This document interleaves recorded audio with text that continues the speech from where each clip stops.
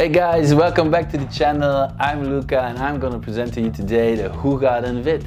It's the original wheat beer of Belgium. Hoegaarden is a city in Belgium and the beer itself is named after Hoegaarden, but there's a symbiotic thing going on between Hoegaarden and wheat beer since several hundred years. It all started in 1445, where the city said, we will not tax any brewers that will brew in our community. So the brewer said, let's go to Hoegaarden guys, let's make some money, let's brew some beer. In 1758 we had the peak of 38 brewers, almost all of them brewed wheat beer. Amazing times, I would have loved to visit that city in that time. Well, I still do want to visit, so I'm gonna do that as soon as the corona times allow it.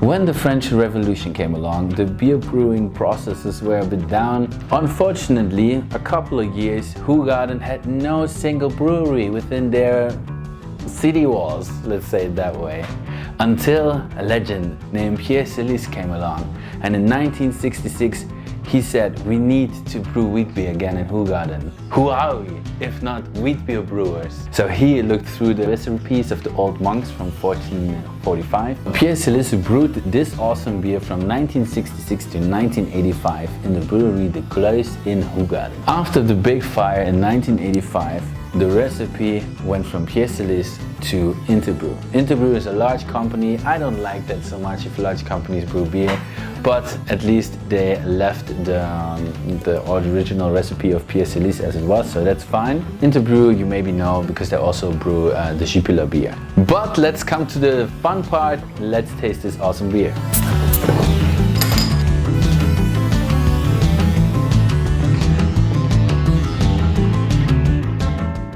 Alright, I am looking forward to this nice beer.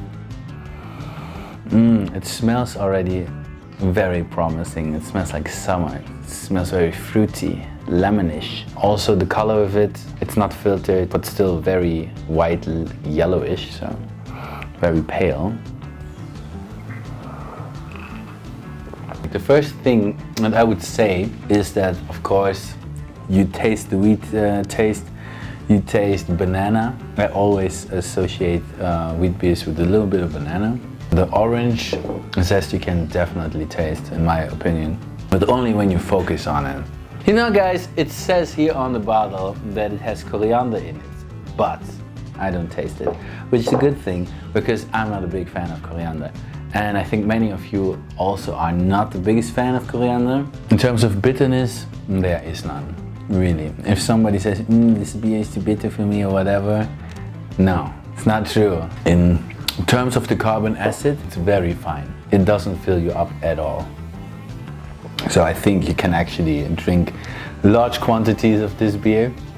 And I mean, at 4.9, it's not a weak beer, right? It's like a regular standard. I think this would be my choice for a hot barbecue party in summer.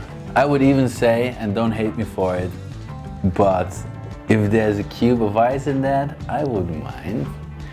Like, this reminds me of those Thailand beers, you know, where they have the frozen glasses and so on. Like, that's not really my style, of course, but with this beer I think it would work really well because it's so refreshing. Alright guys, this was my review about the Hoegaarden Wit. I hope you liked it. Please give me a thumbs up, subscribe, and I see you in the next video. Cheers guys!